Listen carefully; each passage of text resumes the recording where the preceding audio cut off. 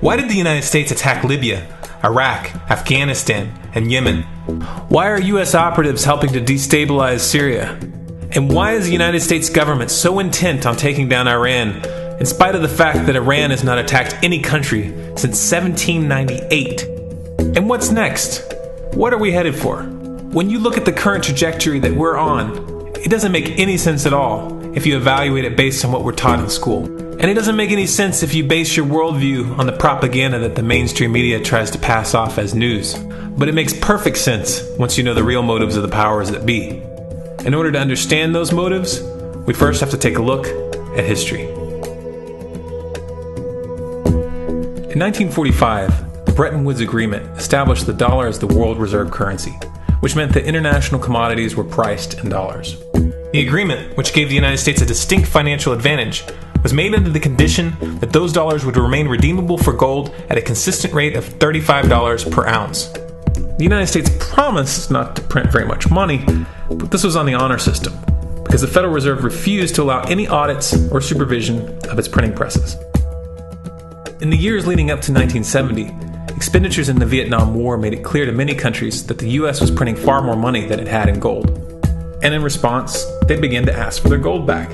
This, of course, set off a rapid decline in the value of the dollar. The situation climaxed in 1971 when France attempted to withdraw its gold and Nixon refused. On August 15th, he made the following announcement. I have directed the Secretary of the Treasury to take the action necessary to defend the dollar against the speculators. I have directed Secretary Connally to suspend temporarily the convertibility of the dollar into gold or other reserve assets, except in amounts and conditions determined to be in the interest of monetary stability and in the best interest of the United States.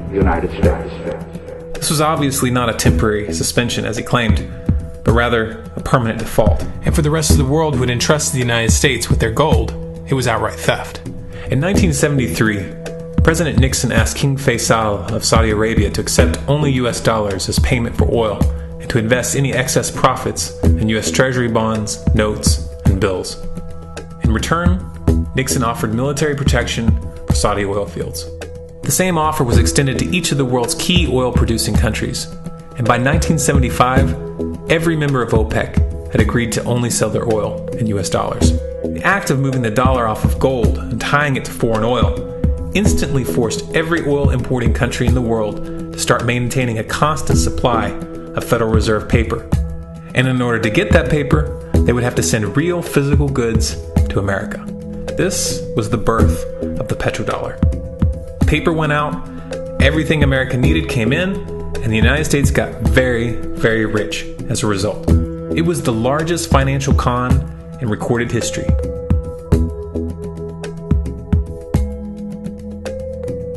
The arms race of the Cold War was a game of poker.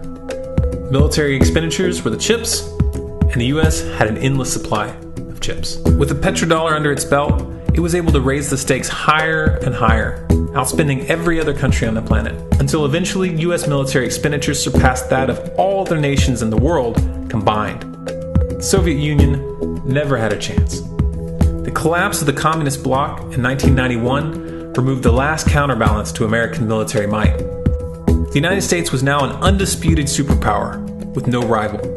Many hoped that this would mark the beginning of a new era of peace and stability.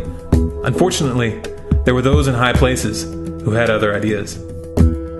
Within that same year, the U.S. invaded Iraq in the First Gulf War.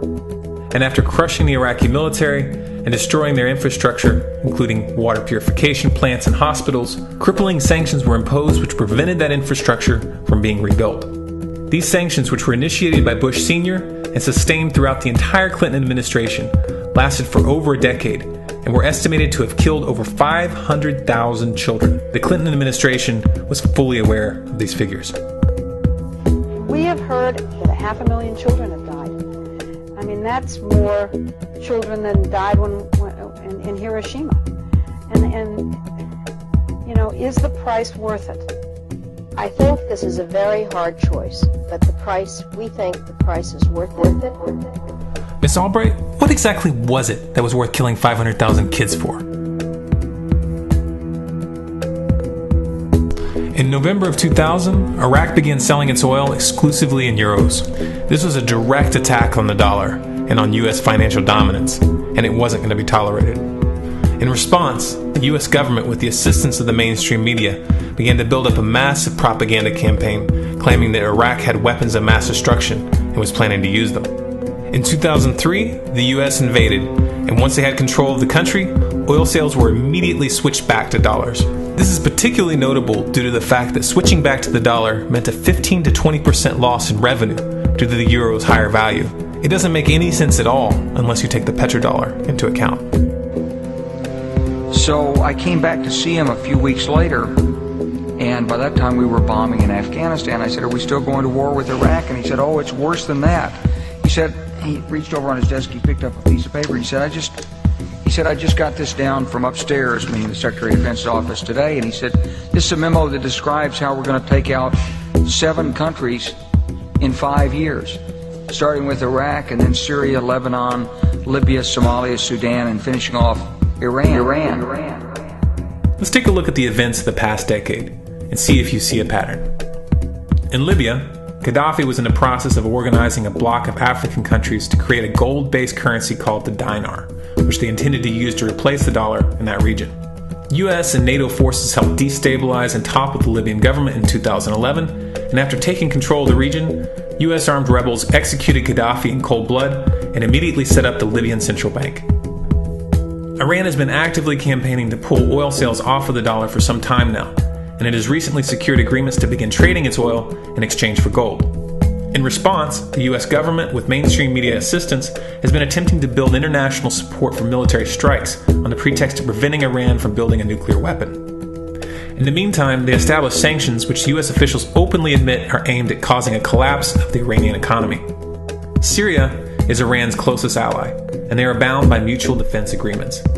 The country is currently in the process of being destabilized with covert assistance from NATO, and though Russia and China have warned the United States not to get involved, the White House has made statements within the past month indicating that they are considering military intervention.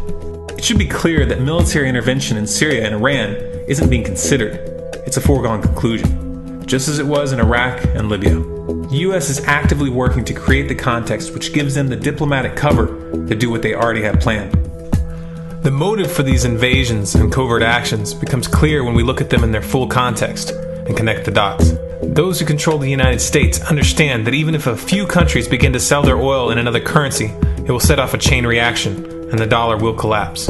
They understand that there is absolutely nothing else holding up the value of the dollar at this point, and so does the rest of the world. But rather than accepting the fact that the dollar is nearing the end of its lifespan, the powers that be have made a calculated gambit. They have decided to use the brute force of the US military to crush each and every resistant state in the Middle East and Africa. That in itself would be bad enough, but what you need to understand is that this is not going to end with Iran. China and Russia have stated publicly and on no uncertain terms that they will not tolerate an attack on Iran or Syria. Iran is one of their key allies, one of the last independent oil producers in the region, and they understand that if Iran falls, then they will have no way to escape the dollar without going to war. And yet the United States is pushing forward in spite of the warnings. What we are witnessing here is a trajectory that leads straight to the unthinkable. It's a trajectory that was mapped out years ago in full awareness of the human consequences. But who was it that put us on this course? What kind of psychopath is willing to intentionally set off a global conflict that will lead to millions of deaths just to protect the value of a paper currency? It obviously isn't the president. The decision to invade Libya, Syria, and Iran was made long before Obama had risen to the national spotlight. And yet, he's carrying out his duty just like the puppets that preceded him. So who is it that pulls the strings? Often the best answer to questions like this are found by asking another question. Qui bono? Who benefits? Obviously, those who have the power to print the dollar out of thin air have the most to lose if the dollar were to fall. And since 1913, that power has been held by the Federal Reserve. The Federal Reserve is a private entity owned by a conglomerate of the most powerful banks in the world. And the men who control those banks are the ones who pull the strings. To them, this is just a game. Your life and the lives of those you love are just pawns on their chessboard. And like a spoiled 4-year-old who tips the board onto the floor when they start to lose, the powers that be are willing to start World War III to keep control of the global financial system. Remember that when these wars extend and accelerate. Remember that when your son or your neighbor's son comes back home in a flag-draped coffin. Remember that when they point the finger at the new boogeyman. Because the madmen who are running this show will take this as far as you allow them to. So how much time do we have left? It's a question I hear constantly, but it's the wrong question. Asking how much time we have left is a passive posture. It's the attitude of a prisoner who's waiting to be taken out to a ditch and shot in the back of the head. What are our chances? Can we change course? Also the wrong question. The odds don't matter anymore.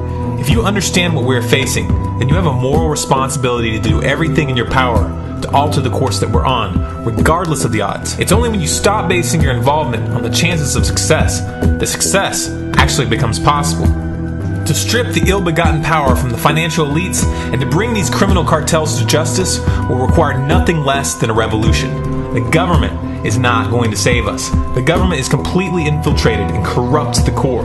Looking to them for a solution at this point is utterly naive. There are 3 stages of revolution, and they are sequential. Stage 1 is already underway. Stage 1 is the ideological resistance. In this stage, we have to actively work to wake up as many people as possible about what is happening and the direction we're headed. All revolutions originate from a shift in the mindset of the population, and no other meaningful resistance is possible without it. Success in this stage of the game can be measured by the contagion of ideas. When an idea reaches critical mass, it begins to spread on its own and seeps into all levels of society. In order to achieve that contagion, we need more people in this fight. We need more people speaking out, making videos, writing articles, getting this information onto the national and international stage. And we especially need to reach the police and the military. Stage 2 is civil disobedience, also known as nonviolent resistance. In this stage, you put your money where your mouth is, or more accurately, you withhold your money and your obedience from the government, and you do everything in your power to bring the gears of the state to a halt. Practiced in mass, this method alone is often enough to bring a regime to its knees. However, if you fail at this stage, Stage 3 is inevitable. Stage 3 is direct physical resistance. Direct physical resistance is the last resort, and it should be avoided and delayed as long as possible, and it should only be invoked after all other options have been thoroughly exhausted. There are those who talk tough and claim that they will resist when the time comes, but what those people fail to realize is that if you are inactive during the first 2 stages and save your efforts for the last resistance, then you will fail. When the Nazis were moving door to door, dragging people out of their homes in Germany, that was the time to fight back physically. But due to the lack of ideological resistance and civil disobedience leading up to that moment, even an armed uprising would have likely failed at that point. An armed uprising can only succeed if the people have established an attitude of active resistance. And active resistance is only possible after their minds have broken free from the mainstream propaganda. If you want to fight back, it's now or never. You're not going to get another chance, and the stakes are far higher than they were in Nazi Germany.